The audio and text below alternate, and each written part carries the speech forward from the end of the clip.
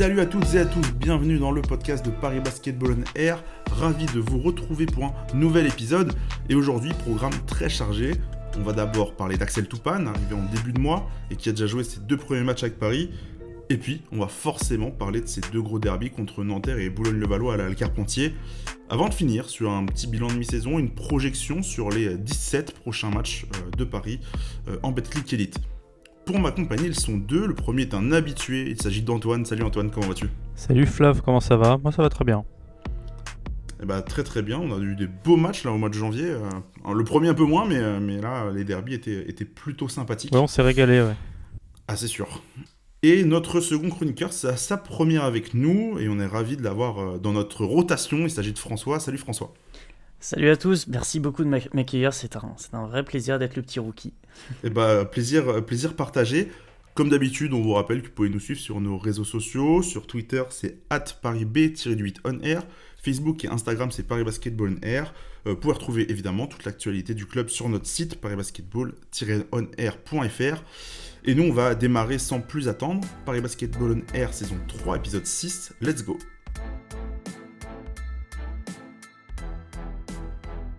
I'm Kyle Allman, the new player of Paris Basket, and you're listening to Paris Basket on Air.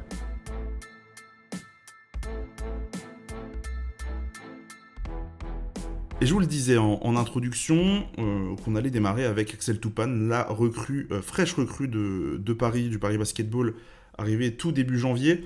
Je vais commencer avec toi Antoine. Alors, il a déjà joué ses 2 premiers matchs, mais au moment où la signature est annoncée, c'est quoi le sentiment là qu'on avait côté parisien sur cette recrue phare, on va dire, de la mi-saison ? C'est vraiment l'effet, ça fait l'effet d'une bombe en fait, parce qu'on parle d'un champion NBA, d'un fraîchement champion NBA. Il était champion l'année dernière avec les Milwaukee Bucks.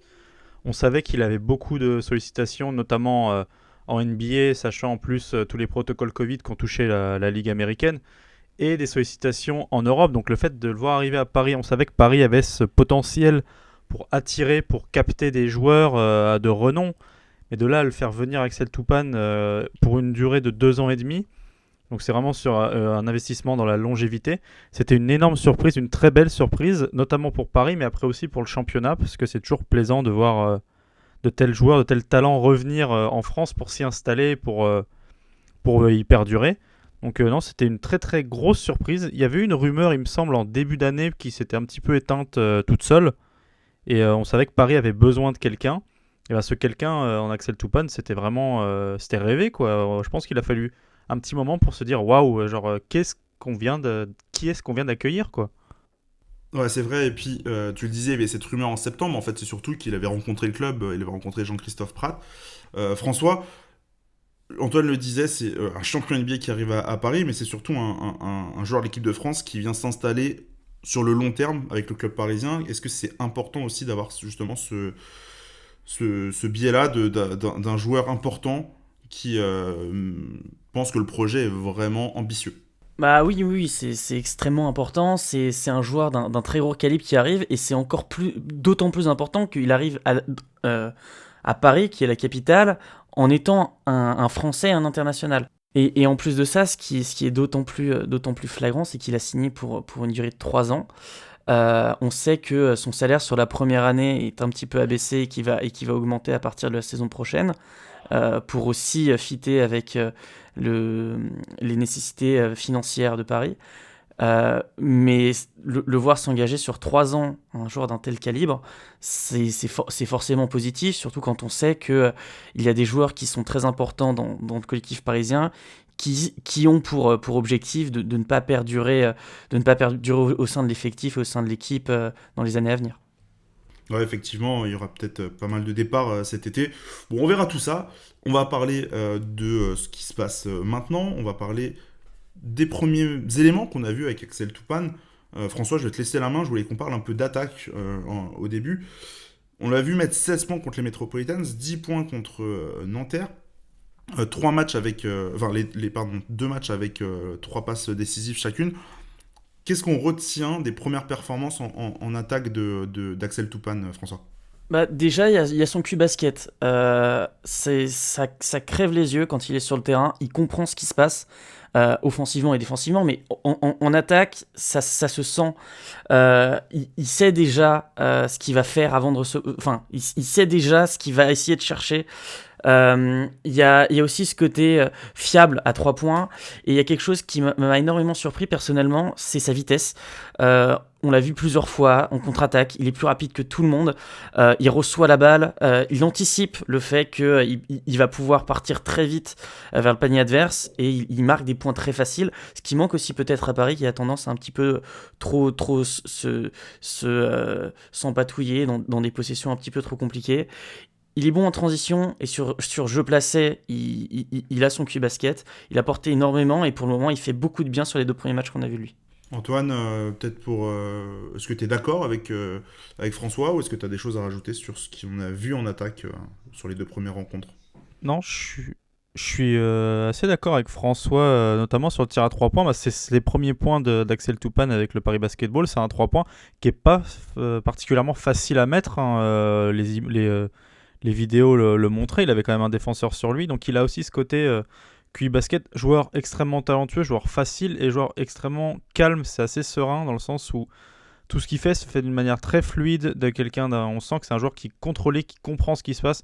Il comprend pas évidemment tous les systèmes, hein. Le coach l'a encore rappelé après le match contre Nanterre, il lui faut encore du temps. C'est pour ça d'ailleurs qu'il voudrait d'abord être utilisé en 6e homme, donc le temps qu'il s'acclimate. Mais du peu qu'on a déjà vu offensivement, voilà, c'est un joueur contrôlé. François l'a très justement dit, en transition, il est extrêmement dangereux, il est très rapide. Moi aussi, je m'attendais pas à le voir aussi rapide. Et il arrive à se trouver ses positions de tir, il arrive un petit peu à utiliser le meilleur de chacun de ses coéquipiers. On sait voilà les qualités de Kamagaté pour poser un écran, il va s'en servir. Le fait que Gauthier Denis comprenne bien les systèmes et soit un bon joueur sans ballon, il va s'en servir pour lui offrir des passes ou lui offrir des bons ballons.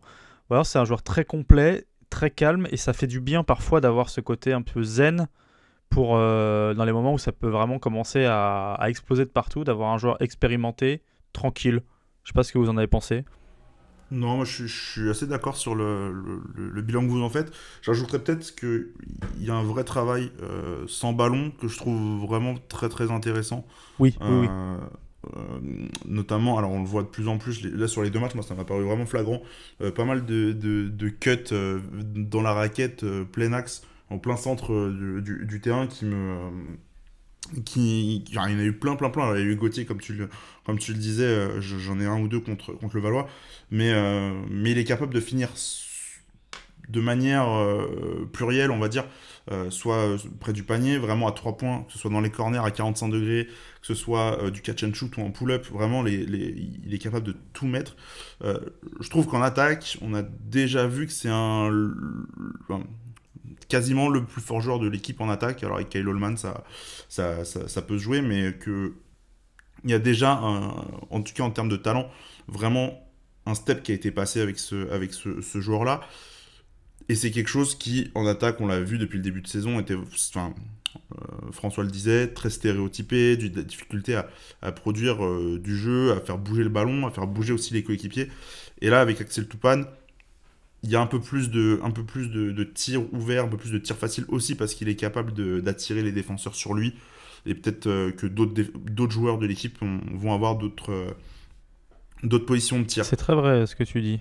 Là, je te coupe juste rapidement, excuse-moi, c'est ce que tu as mentionné sur le côté, il va se mettre dans le corner et plus bouger, et au final, il va réussir un peu à se faire oublier, sauf qu'on n'oublie pas Axel Toupane comme ça pour un défenseur. Et au moment où il va repartir dans sa course, ça va réussir à faire bouger tout le bloc, enfin tous les joueurs en fait, et là, son mouvement, il est tellement réfléchi que ça va permettre de lancer le système ou l'opportunité pour son coéquipier ou pour lui quand il va cutter, de marquer ou de se procurer une possibilité de marquer. Et ça, c'est vraiment quelque chose qu'il n'y avait pas avant, parce que des fois, il y avait ce côté, on est posé en demi-terrain et on attend la fin de la possession et on va tirer à la fin de la possession. Là, il y a quand même un peu plus de mouvement, un peu plus de réflexion, de proposition si ça passe pas. Je suis complètement d'accord. Je voulais peut-être qu'on enchaîne sur la défense. Peut-être commencer avec toi aussi, François. En défense, avec Axel Toupane, qu'est-ce qu'on a vu? On peut peut-être aussi parler un peu du coup des line-up qu'on a pu voir sur les 2 premiers matchs. Il y a pas mal de choses intéressantes tactiquement, non? Oui, effectivement. Déjà en défense, ça s'est vu, il peut mettre des personnes en prison.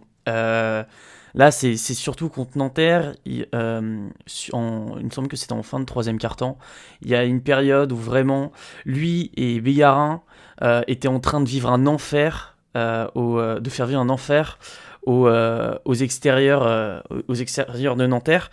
Et justement, je suis très content que Toupane arrive pour un petit peu aider Bégarin en défense, parce que hormis eux deux, enfin hormis Bégarin sur le début de saison, défensivement c'était relativement compliqué.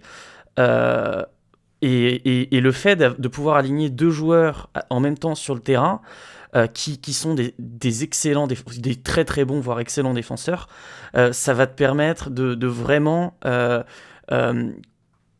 empêcher les adversaires d'attaquer. Tandis que quand tu as juste un seul joueur qui fait le travail, au final, tu vas essayer de l'éviter. Quand on a deux sur les extérieurs, c'est tout de suite beaucoup plus compliqué. Et justement, t'as parlé des line-up, et on les a vus tous les deux jouer à côté, du coup, alors qu'ils sont censés être un petit peu sur le même poste. Il y a Jean-Christophe Prat qui avait parlé, qui avait dit en conf de presse que l'arrivée d'Axel Toupane allait permettre à Bégarin d'être plus poste 2, qui est son poste naturel, et les voir évoluer l'un à côté de l'autre. Il y a énormément de choses positives qui peuvent se présager de cet alliage sur les postes extérieurs. Et défensivement, ça fait extrêmement plaisir, puisque la défense de Paris, voilà, on se passera de commentaires. Ouais, sur le début de saison. Je trouve peut-être un peu dur, peut-être qu'on parle de la défense extérieure plutôt que la Oui, défense intérieure. Oui, parce que la défense intérieure, il y a du monde, hein. Il y a Kamagaté, il y a même O'Quinn, même s'il n'est pas toujours ultra juste, il prend de la place. Mais oui, sur la défense extérieure, le nombre de points qu'on concède sur des manques de concentration, sur des close-out qui sont pas faits, sur t'as des joueurs qui en plein milieu de l'action, bah ouais, ils sont passés, mais ils vont pas continuer à mettre de la pression, ils vont laisser leurs joueurs filer au cercle sans essayer d'arriver par derrière. Ils vont vraiment un petit peu se délaisser de ce poids défensif, notre secteur extérieur, pour plus laisser les intérieurs aller au mastic. Là, le fait que Bégarin soit plus le seul à vraiment se donner à 100% en défense et en proposer un niveau technique défensif qui va être bon, ça va faire du bien, parce que les extérieurs, c'est vrai que c'est plus sur le secteur extérieur, mais sur le début de saison, c'était pas forcément réjouissant, quoi. Antoine, sur la défense, est-ce que tu as des choses à ajouter ou même confirmer? Ouais, je rajouterais qu'en défense intérieure, j'ai trouvé même intéressant. Dans une bataille au rebond, où parfois Kyle O'Quinn, je le trouve assez mal placé pour récupérer ses rebonds, de par sa gestuelle, par sa façon de défendre. Toupane a bien dépanné. Après, Toupane a été aussi utilisé en 4 contre le Valois, parce que Kamagaté, on en parlera, a eu des petits soucis en début de match. Et même dans ce poste-là, qui n'est pas son poste naturel, évidemment, mais qui peut servir sur ce poste-là, je l'ai trouvé extrêmement intéressant. Après, oui, ce que dit François est très juste. Il arrive un peu à mettre en prison les adversaires, j'aime beaucoup cette phrase. Il est pas naïf, c'est-à-dire que sur tous les switches, il va pas se faire avoir, il va rester focus sur son défenseur, où il va vraiment comprendre le système adverse, l'adapter. Et c'est vraiment fait sa défense personnelle. Elle a aidé Bégarin, mais elle a aussi aidé d'autres joueurs comme Sleva, comme Gauthier Denis, qui sont des joueurs qui défendent, qui savent comment défendre ensemble. Il s'est tout de suite acclimaté à cette défense-là, dans ce qu'il fait. Il a apporté son talent personnel. Et ça a tout de suite bonifié la défense de tout le groupe, enfin d'une partie du groupe, parce qu'il y a des joueurs qui défendent mieux que d'autres, c'est comme partout. Mais non, voilà, je le trouve très, très méticuleux aussi. Je trouve qu'il est assez bon sur les lignes de passe, enfin pour couper les lignes de passe adverses. Il n'a pas eu d'interception sur les 2 matchs, mais il est pas loin d'en placer quelques-unes, notamment contre Nanterre. Et c'est un joueur qui est tout le temps oppressant pour son vis-à-vis. Et c'est vraiment quelque chose qui manquait de temps en temps, encore une fois, comme il manquait des choses offensivement, il a vraiment apporté cette patte-là de l'autre côté du parquet. Non, je vous rejoins sur tout ce que vous avez dit. Je vous propose peut-être qu'on passe à la deuxième partie de ce podcast. J'aurais juste un petit truc à rajouter qui vient de m'apparaître, c'est que je trouve que Toupane a un état d'esprit qui est très en accord avec l'état d'esprit que veut mettre Jean-Christophe Prat dans l'équipe. C'est vrai. C'est-à-dire que la défense souterrain et l'intensité, c'est dans son ADN. Avec Vraiment, la transition, ce que tu disais tout à l'heure, c'est très vrai. Ouais. En défense, il faut garder un mec depuis la ligne des lancers adverses, il peut le faire. Et il le fait. Ouais, non, c'est vrai que tu as raison. Le profil, en tout cas, sur ce qu'on en a pu en voir sur le parquet, ça colle vraiment bien au manquement de Paris depuis le début de saison et il risque de faire énormément de bien parce qu'on ne parle pas non plus d'un jeune joueur ou d'un vétéran peut-être un peu sur le déclin, on parle d'un joueur qui est au plus fort de sa carrière, qui a été, du coup on l'a dit, champion NBA, qui était dans les meilleurs joueurs de G-League en début de saison avec des statistiques hors normes et qui arrive à Paris avec ce rôle de leader. Je vous propose du coup qu'on passe sur la deuxième partie de ce podcast, revenir un petit peu sur les deux matchs. On va pas revenir sur la défaite à Limoges, tout simplement parce que depuis, Axel Toupane est arrivé à jouer, donc c'est plus intéressant, je pense, en tout cas, de pouvoir vous parler des matchs et de ce qu'on va pouvoir voir par la suite. Du coup, les deux rencontres qu'on va débriefer, Paris-Boulogne-le-Valois, une victoire parisienne un peu surprise forcément contre le leader du championnat, 83-78. Paris contre Nanterre une semaine plus tard, une petite défaite 80-83, donc des scores qui sont plutôt similaires. Peut-être qu'on va pouvoir parler un peu de l'attaque, de la défense, voilà. Antoine, je voulais commencer avec toi. Qu'est-ce qu'on retient de ces deux rencontres? Deux derbies, les deux premiers dans l'élite. Une belle victoire, une défaite qui se joue pas à grand-chose. Et Paris qui a, je suppose en tout cas, regardé ses adversaires dans le blanc des yeux. Oui, la chose à retenir principale, selon moi, c'est l'intensité, que ce soit sur le match A ou le match B, qui a été vraiment d'un haut standing. Je l'ai trouvé un petit peu plus effacé contre le Valois. On en parlait en off, il y avait des moments de courant alternatif, hein, c'est ce qu'on se disait. Mais j'ai quand même trouvé une équipe parisienne très concernée, très intense, qui vraiment, comme tu l'as dit, a regardé des adversaires beaucoup plus solides, on va dire, depuis le début de saison dans les yeux, qui sont des favoris, hein, clairement, à des places de play-off, à des places, pourquoi pas, de titre. Il y a eu une belle intensité. Aussi, un truc qu'on signalait dans le dernier podcast, c'est que pour une fois, là, Paris a remporté ses débuts de match. Les deux premiers cartons ont été gagnés, ce qui est très rare du côté du Paris Basket. Hormis Orléans, il y a eu beaucoup de matchs où Paris a du mal à rentrer dans ses rencontres. Et là, ça n'a pas été le cas. Je trouve une équipe qui est directement met le pied à l'étrier et s'implique dans sa rencontre. Après, parfois, c'est comme dit le coach, il y a des moments où ça va mieux que d'autres. Hein. C'est le jeu du basket, mais non, il y a eu cette capacité à rester dans le match malgré une défense ou une attaque qui est plus ou moins bonne. Et c'est des choses qu'on voyait moins souvent de la première partie de saison, je trouve. Alors peut-être pour rebondir sur les débuts de match, je voulais juste parler de Levallois. Levallois, c'est un début de match, enfin en tout cas les 7 premières minutes de la rencontre sont quand même catastrophiques. Moi je trouve dans l'intensité par rapport à ce que Levallois était capable de mettre, Paris était vraiment bouffé, que ce soit techniquement, mais comme je dis en termes d'intensité et juste de ce que tu veux mettre sur le terrain. Je crois qu'il y a 3-12 quand Jean-Christophe Rad prend un temps mort et décide de faire entrer Et après, et Toupane et Dustin Sleva. Et Denis aussi. Et Denis, que j'avais oublié. Et c'est à ce moment-là où Paris revient. Et c'est peut-être ce qu'on n'a pas dit avec Axel Toupane, c'est qu'il est capable aussi de remettre ton niveau plancher à un niveau bien supérieur auquel tu peux... Vraiment, Paris avait vraiment des moments de moins bien. Et sur les moments de moins bien, Toupane va faire énormément de bien, comme ça a été le cas contre le Valois. Je sais pas si François, tu as remarqué la même chose et si tu as des choses, les premières choses qui t'ont sauté aux yeux sur les deux rencontres. Oui, au niveau des premiers cartons, c'est vrai que d'habitude Paris a beaucoup de mal. Là, ça s'est plus ou moins mieux passé et disons que j'ai aussi trouvé que d'ailleurs Pratt l'a dit en conférence de presse, mais il s'en fiche un petit peu des derbies, mais du coup j'ai l'impression que les joueurs, les temps morts, ils ont un réel impact sur eux, en tout cas sur ces deux derbies, ils ont un réel impact sur eux et ils ont une tendance à se relancer. J'ai aussi trouvé nos bancs relativement, le banc de Paris lors de ces deux matchs qui a pas mal produit, et même au-delà de Toupane, j'ai beaucoup aimé forcément contre Boulogne, Gauthier-Denis.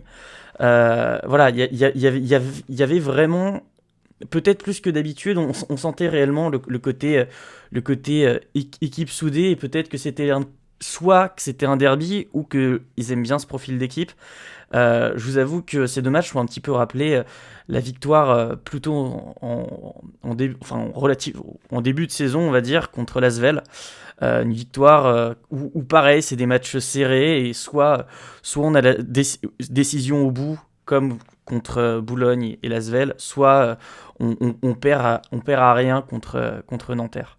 Eh ben, tu me fais une transition parfaite parce que je voulais justement demander à Antoine, il y a eu cette victoire contre le Valois où Paris s'impose dans le Money Time après avoir mené. Il y a cette défaite contre Nanterre où Paris est quand même pas mal derrière au score. C'est quoi vraiment la différence qu'il y a eu dans ces deux matchs et le fait que Paris était capable de prendre une victoire contre le leader et contre une équipe supposée plus faible, en tout cas un peu moins forte, avec l'un de ses meilleurs joueurs blessés. Comment Paris n'a pas su prendre ce match, dis-moi. Je pense au-delà de Paris n'a pas su, c'est que Nanterre a été un petit peu meilleur dans son adresse. Déjà, Jérémy Sanglin a été assassin pour Paris. Je pense que si Nanterre n'a pas cette adresse au shoot ou si ses arrières n'ont pas cette adresse au shoot, déjà, le match est un peu différent. Après, la fin de match aussi est très problématique, qui est elle a créé une petite polémique. Jean-Christophe Prat était très remonté après le match sur des... Et il y avait de quoi. Il y avait, après, chacun voit ce qu'il a envie de voir, mais les arbitres ont décidé qu'il n'y avait pas faute sur plusieurs actions à l'encontre, notamment de Kyle Holman. J'ai pas envie de taper sur les Parisiens qui ont fait un match vraiment remarquable, mais plutôt en fait sur le fait qu'ils sont tombés sur une équipe qui était dans son bon jour en fait, sans Tom Wimbush qui était blessé ou qui a joué très peu et qui au final qui au final enterre Paris. Qui était très clutch, ouais. Oui, voilà, c'est ça, c'est vraiment le karma, c'est qu'il joue pas beaucoup et au final c'est lui qui termine Paris.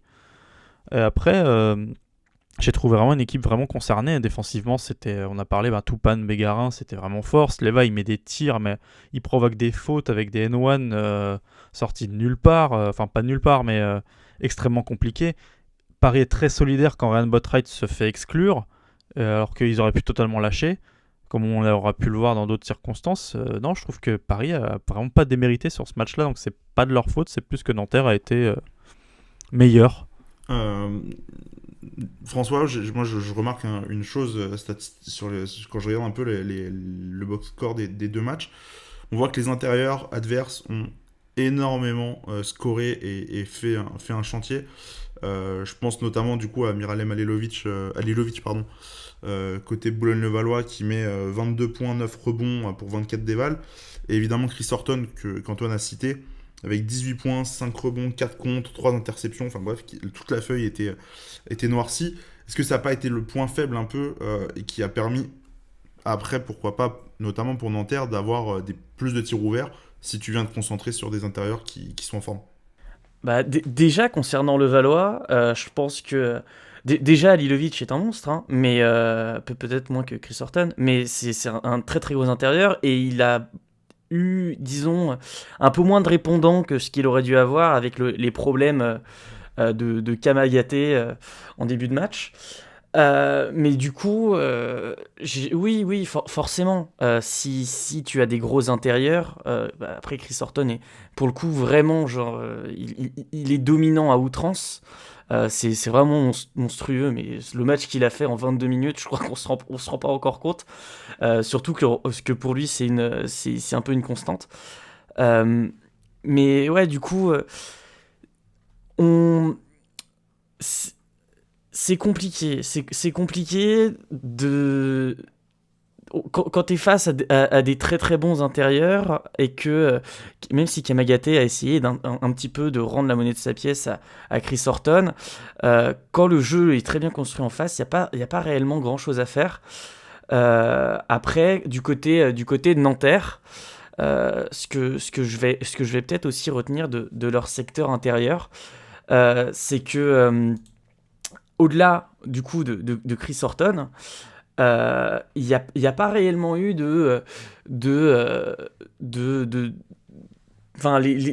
forcément par son statut il va être dominant, mais à côté de ça on s'est surtout pris une sauce à 3 points monstrueuse de la part de certains joueurs, ce qui n'était pas de leur ressort pour le coup.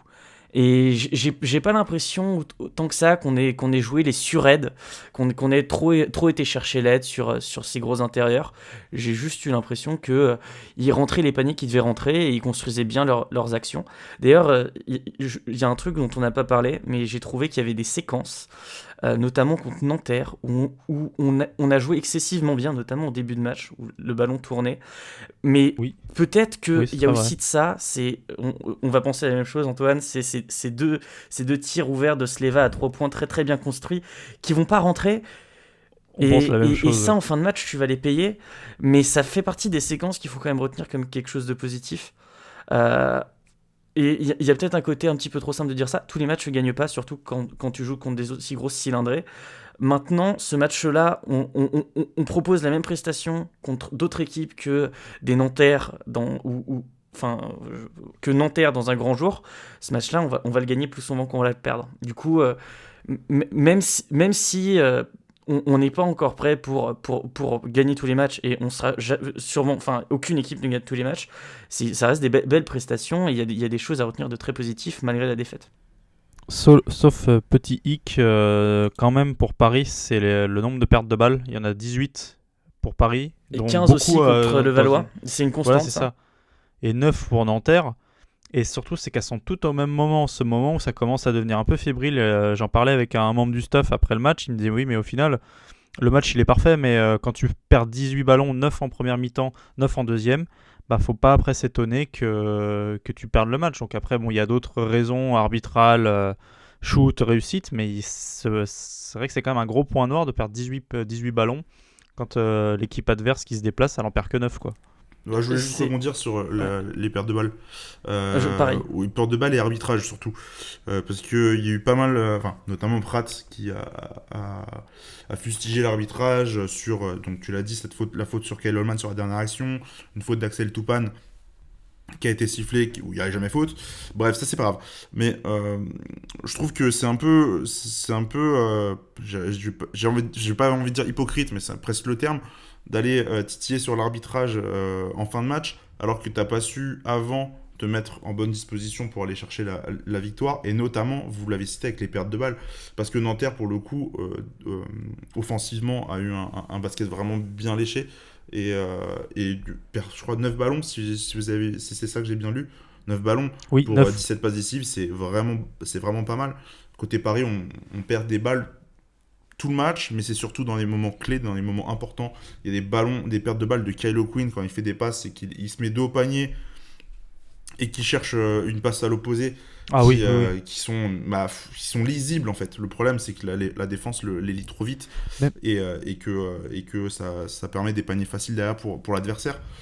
Là où je trouve que parler d'arbitrage dans cette rencontre, moi ça me paraît un peu C'est un peu facile. un peu facile, exactement le terme, facile, alors que tu peux gagner le match. Je pense que tu avais les moyens de le prendre plus tôt, ou de moins de te mettre dans une disposition où effectivement une erreur d'arbitrage ne te coûte pas forcément le match. Voilà. J'avais une autre je sais pas question. Vas-y. C'est déjà les passes, je me rappelle aussi celle de Sleva qui est un peu en mode foot américain, très basse, Carrément. genre vraiment pente descendante. Ouais, mais sur celle-là, il reste 3 secondes. Voilà, Ouais, c'est ça. Il voulait faire une passe, une passe très très longue, sauf qu'il y avait deux mecs devant lui. Il l'a et au faite lieu de en la bas, faire en ouais, hauteur, vraiment, c'était il pente a fait descendante. une boulette de passe. Genre, Ouais, je me suis posé une question. Je crois qu'avec François, on se l'est posé même pendant le match, enfin à la fin du match. Kyle Holman a pas fait un match incroyable. Au shoot, il est pas dans un bon match. Et je me suis posé la question, pourquoi c'est lui qui a la dernière possession? Alors est-ce que ce système a été mal compris? Mais est-ce que c'est pas aussi une erreur de coaching de donner la dernière possession à Kyle Holman sur ce match? Pour moi, c'est relativement compréhensible. Genre, certes, il rentre pas ses tirs, mais là, son objectif, c'est d'avoir un mismatch. Enfin, une mismatch. Ça, je peux le comprendre. Pour moi, le problème, c'est qu'ils ont mis Chris Horton dessus, qui est un intérieur très mobile. Alors que, justement, ça, c'est une réflexion que je t'ai faite après. Si c'est pas Kyle O'Quinn qui va poser l'écran, mais Dustin Sleva, on se retrouve avec un Wimbush qui est blessé qui est en retour de blessure sur Kyle Allman. Du coup, plus simple à prendre de vitesse, même si ça reste De compliqué. toute façon, les écrans d'O'Quinn. Et c'est surtout que au pire, ouais, mais après ça c'est un écran pour switcher, du coup je le comprends. Mais après oui, c'est mais surtout pour moi, que ils n'existent pas les écrans d'O'Quinn. t'as une mismatch de Dustin Sleva sur un petit au poste à aller chercher, alors que Dustin est en feu très très chaud quoi, vraiment.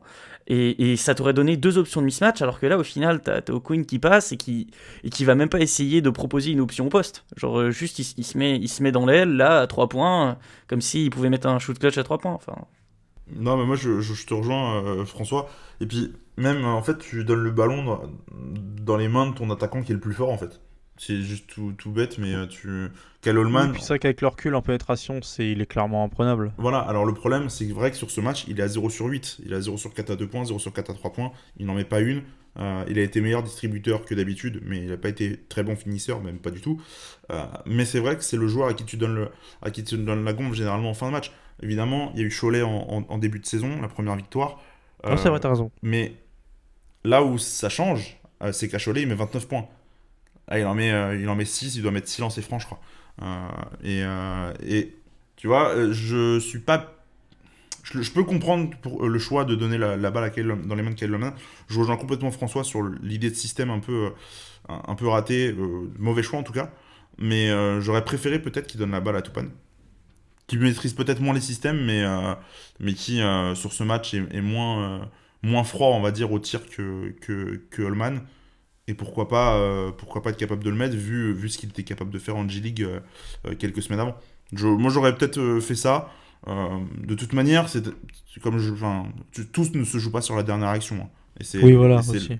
Et c'est là où justement, parler d'arbitrage est un peu facile, c'est que il y a peut-être faute sur Allman, il y a peut-être pas faute, je sais pas trop. Mais si tu veux gagner ce match, ça se gagne avant, je pense. Ouais, ça se gagne notamment en fin de deuxième quart-temps et début de troisième quart-temps, quand le momentum est à toi, et que au bout de, il me semble, 6 minutes 40, t'es bien, t'es devant, et là tu perds 5 ballons en 2 minutes 30. Tu mets genre 2 points, alors que de l'autre côté ils enchaînent les points en contre-attaque. Je sais plus si c'était 5 ou 4, mais je sais que genre de la 4e minute, non, de la 6, genre... Ouais, 4 à 6 minutes dans le troisième quart-temps, c'est la foire à la saucisse. Et justement, on avait un momentum où on prenait un petit peu le large et on a tout perdu. Ce qui a créé cette fin de match serré. Paris est un peu inconstant de match en match, mais aussi au sein des matchs. C'est assez frustrant. Et c'est justement pour ça que Toupane est arrivé, pour mettre plus de constance dans les rencontres. Je vous propose qu'on passe sur la dernière partie de ce podcast. On est exactement à la mi-saison pour Paris, 17 matchs joués, 6 victoires, 11 défaites, 14e du championnat au moment où on se parle. Il n'y a pas tout le monde qui a joué 17 matchs, il y en a même très peu des équipes en réalité. Paris a gagné 2 matchs contre les équipes qui sont derrière elle, a perdu 2 fois contre les équipes qui sont derrière. Je vais commencer peut-être avec toi, Antoine.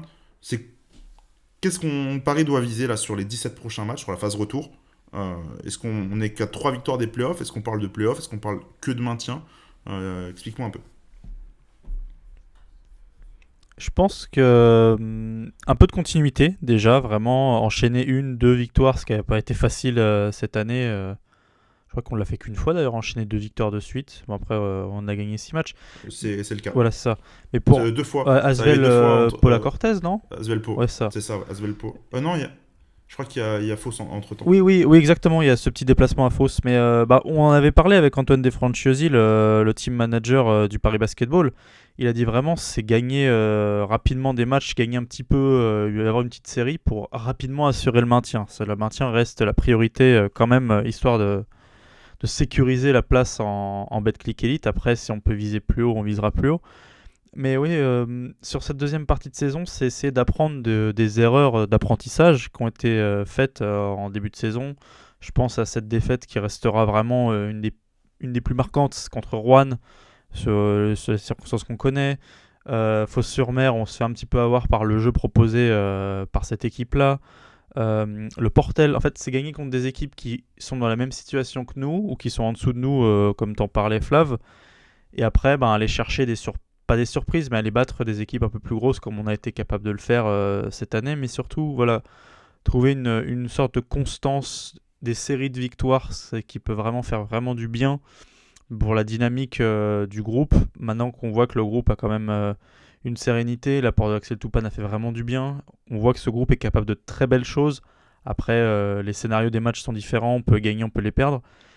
Mais voilà, se projeter, se maintenir rapidement pour ensuite aller voir si, en fonction des scénarios des autres rencontres, de ce que font les autres équipes, on peut accrocher une 8e place. Je sais que quand on avait fait nos paris en début de saison, on les classait à peu près dans ces places-là.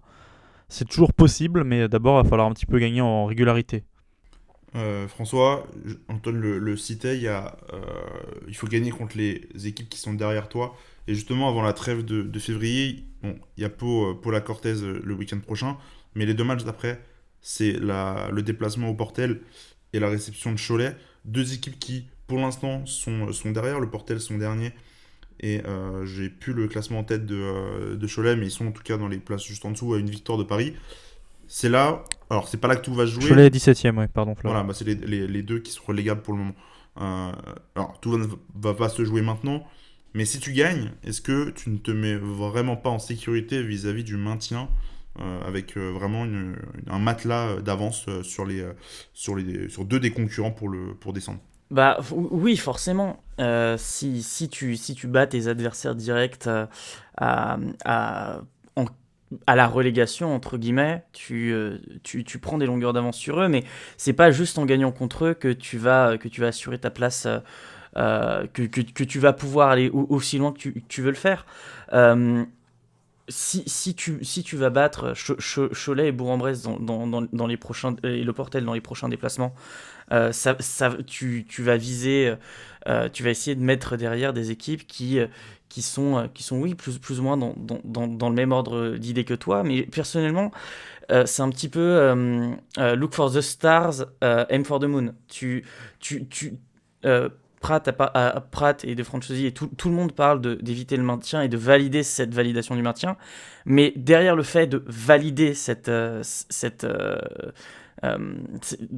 maintien au plus vite, c'est que derrière, tu as envie de jouer quelque chose. Alors, les playoffs, ça va être très compliqué parce que y a toutes les équipes devant, quasiment, il me semble, ont des matchs de retard, qu'on est quand même loin.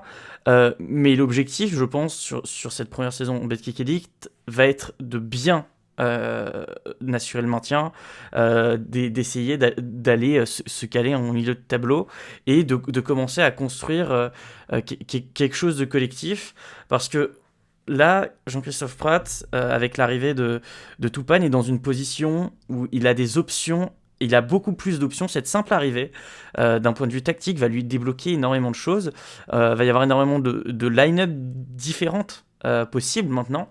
Et je pense qu'il va vraiment pouvoir, avec toutes ces possibilités tactiques, se mettre à travailler de manière encore plus efficace et montrer peut-être encore un meilleur visage de Paris. C'est l'objectif. Parce que si cette saison, l'objectif, c'est très clairement d'éviter le maintien et d'essayer de rester pour se stabiliser en Betclic Elite, quand tu viens de signer un joueur pour 3 ans de la trempe d'Axel Toupane, c'est que tu veux faire quelque chose derrière. C'est pas juste pour valider un maintien. Est-ce que, pour moi, Toupane, effectivement, comme tu le cites, c'est pour viser un peu plus. Alors effectivement, c'est pour aussi viser sur du long terme, mais c'est pour viser aussi dans ta saison, assurer ton maintien. Je pense que avec Axel Toupane, tu vas assurer ton maintien assez facilement. Du fait justement de ce niveau en plus qui va t'apporter, comme tu dis, des solutions tactiques. Franchement, les casse-têtes qu'avait Jean-Christophe Prat depuis le début de saison, et même encore avant les saisons précédentes sur le poste d'ailier fort, là ça va au moins ce sera au moins plus simple à gérer. On rappelle aussi que Amarassi est toujours blessé, que c'est toujours compliqué aussi pour Milan Barbic qui est toujours pas revenu de sa cheville quand il s'est blessé contre Strasbourg, je crois, en décembre. Donc avoir déjà un joueur en plus, ça fait du bien pour la suite de la saison, surtout quand tu as 2 blessés et tu sais pas quand ils reviennent, et surtout d'avoir un joueur de ce calibre-là qui va pouvoir t'apporter. Il y a aussi peut-être autre chose dont on n'a pas parlé, et je voulais qu'on cite. Pour moi, il y a un truc qui a été contre Nanterre, vachement, qui est presque anecdotique, mais moi je sais pas si c'est vraiment anecdotique. c'est la titularisation de Sinclair contre Nanterre face à, du coup à la place de Kylo Quinn. J'ai trouvé que enfin, par rapport au niveau du joueur de Sinclair, qui est vraiment peut-être le meilleur joueur du mois de décembre de Paris, et qui là aussi encore sur le mois de janvier est extraordinaire, c'était enfin une récompense, et c'était peut-être ce qu'on attendait depuis le début de saison, vu le niveau tangent de Kylo Quinn. Je sais pas Antoine si tu as la même sensation. Non, c'est vrai que c'est sûrement le meilleur joueur de ce mois de décembre, c'était mérité pour lui. Et ça va apporter des solutions, comme tu as dit très justement pour Pratt maintenant. Mais est-ce que justement il n'y aura pas un chamboulement tactique en fait avec Sleva qui va rentrer en tant que titulaire dans la line-up de Pratt? À la place d'O'Quinn, est-ce qu'il n'y aurait pas un chamboulement? Si, sûrement. Ouais, en fait, le truc, c'est qu'O'Quinn, il continue, même si il peut avoir beaucoup de défauts, les stats parlent pour lui. Hein. Il a souvent la meilleure éval, ou il est très proche. Maintenant, il faudra juste voir sur quoi se base le coach, mais ça pourrait être c'est vrai que ça pourrait être vu comme un chamboulement de voir Sleva pour beaucoup, en fait, Kylo Quinn, pour beaucoup, de par son aura, doit être titulaire. De son apport, je trouve que Sleva est beaucoup plus régulier, beaucoup plus complet. Mais non, ça pourrait être vu comme un chamboulement, à voir comment ça se règle en interne aussi. Hein. Ouais, c'est clair. Je sais pas, messieurs, si vous avez un dernier mot à ajouter avant de boucler cet épisode. Moi, je me posais la question d'un truc, c'est que, d'accord, pour le propriétaire, pour David Kahn, c'est clairement les playoffs. On parle le coaching staff parle d'assurer le maintien. Ça veut pas dire qu'ils voient petit, c'est juste qu'ils veulent d'abord assurer la sécurité avant de voir plus loin. J'espère, en espérant que les deux aillent vraiment sur la même voie, et qu'il n'y ait pas deux voies un petit peu différentes, ou que le propriétaire ne voit pas un petit peu plus gros que ce qu'il n'est. Mais c'est vrai qu'avec, comme vous l'avez très justement dit, avec Axel Toupane, on peut se permettre de voir un peu plus grand. Y a toujours le côté quand c'est toi qui es directement acteur sur le terrain, t'as pas réellement toujours envie de te mettre plus de pression. Faut rappeler que allez, 80% de l'effectif, bon maintenant 70, était en Pro B l'année dernière. Ce qui veut dire que déjà là, ils évoluent à un niveau de pression et un niveau de jeu tout court qu'ils n'avaient pas l'année dernière. Faut y aller pas à pas. L'objectif déjà pour eux, c'est de rester dans ce cadre-là. Si ils vont dire dès le début de saison, alors que ils sont promus, oui, on va viser plus haut. Ça, c'est ce que peut dire un président quand il veut vendre son projet. Quand tu es en place et quand tu es sous contrat, je comprends totalement que ils prennent les étapes une à une. Pratt, depuis le début de saison, il vise, il a un objectif. Il annonce l'objectif de on évite la zone de relégation, mais ce qu'il dit à chaque match, c'est match par match. C'est comme ça. Il fait objectif par objectif aussi. Si dans une dizaine de matchs, on a réussi à assez s'éloigner de la zone de relégation, j'ai pas réellement de doute sur le fait que les discours vont aussi changer de ce côté-là. Je pense que au fond d'eux, entre ce qu'ils disent et ce qu'ils pensent, il y a une différence, c'est que pour eux, ils visent haut, mais d'abord, ils présentent plutôt bas, en attendant que les choses se mettent en place et de pouvoir être en mesure d'assumer leurs ambitions. Parce que là, surtout que Paris n'a pas eu un début de saison facile, si ils montent leurs ambitions, voilà, et qu'ils n'arrivent pas à y répondre, ils vont passer pour quoi, quelque part. Là, avec l'arrivée de Toupane, avec la bonne dynamique, peut-être qu'on va voir aussi les discours changer de la part de Pratt, des joueurs et de tout le monde dans le staff. Antoine, je sais pas si tu te souviens, l'an dernier, je vais dans le sens de François. Les discours de Jean-Christophe Pratt l'an dernier, c'était pas forcément de parler de montée au tout départ. Et parce que de toute manière, Paris a fait un début de saison moyen, a été monté vraiment en puissance à partir du mois de mars-avril et finir en trombe au mois de mai. Et tu sais, dans le discours de Jean-Christophe Pratt, on a parlé vraiment de montée, donc de l'objectif en fait qui était le sien depuis le début de saison, voire même depuis le début du projet. On a parlé de montée, vraiment, c'était fin mai, quand il restait 4 matchs, qu'on avait déjà joué 30. Peut-être que c'est juste pour se rassurer, comme le dit François, on va faire match après match, parce que de toute manière, pour se maintenir, c'est comme ça qu'on va faire. Et si par hasard, on a gagné plus de matchs que ce qu'on imaginait, ce que lui imaginait peut-être, tu puisses te retrouver, si tu as sécurisé le maintien, ça veut dire que tu es capable de jouer les playoffs parce que tu es vraiment pas loin des 8 premiers, quoi. Donc je pense qu'ils sont sur la même longueur d'onde, c'est juste que dans le discours, c'est du discours de coach et du discours de président, en fait, tout simplement. Bah, c'est ça, puis souvent Prat il aime bien dire qu'il y a des momentum dans un match. En fait, je pense qu'il en a aussi dans sa saison, dans le sens où si le momentum du moment c'est je suis à 3 défaites de suite et je suis 16e, bah là je vais penser au maintien. Et non, vous avez raison. Et si je suis à 3 victoires de suite, je suis 11e, bah, je peux commencer à me dire tiens, mais il me reste 3 places pour monter les playoffs. Ouais, c'est des dynamiques, quoi. C'est le basket en général qui se répère. Enfin, c'est un match de basket, mais bon, là c'est dans le classement, quoi. Et puis je pense aussi que dans sa com, il pense pas que à ce qu'il montre aux autres, il montre aussi à ce qu'il montre à ses joueurs, puisqu'il va leur mettre la pression à chaque match. Quand tu as des ambitions, tu as des ambitions à long terme, mais chaque match est important pour le faire. Et je pense que cette vision court-termiste qui présente, qui est pour le moment, on joue le maintien, match après match, etc., c'est pour aussi impliquer un maximum ses joueurs dans chaque match et pouvoir in fine réussir à accomplir ces réels objectifs long terme qui sont sûrement plus hauts que juste éviter la relégation. Voilà, bon, pour finir, pour éviter la relégation, je vous donne juste le calendrier. Paris donc se déplace à Paula Cortez, peut-être, ils ont des cas de Covid, ils n'ont pas pu jouer le Classico la semaine dernière. Donc à voir s'ils joueront vendredi. Ensuite, ce sera un déplacement au Portel le 4 février. Et j'ai plus la date du match de la réception de Cholet, c'est mi-février, juste avant la trêve. Au milieu, il y a un match de Coupe de France d'ailleurs à Levallois. Peut-être une revanche à prendre pour les hommes de Vincent Collet. Nous, on va s'arrêter là. N'hésitez pas à vous abonner sur nos réseaux sociaux, sur Twitter, @ParisB-8OnAir. Pour Facebook et Instagram, c'est Paris Basketball on Air. Comme d'habitude, vous retrouvez toutes les infos sur les prochains matchs sur notre site parisbasketball-onair.fr. Likez le podcast, partagez-le, n'hésitez pas à mettre des pouces bleus sur YouTube, à mettre les 5 étoiles sur Apple Podcast et sur Spotify, maintenant que c'est possible, si vous avez aimé. Et nous, on va se retrouver au plus vite pour le prochain épisode. Merci les gars, et à la prochaine. Ciao. Salut!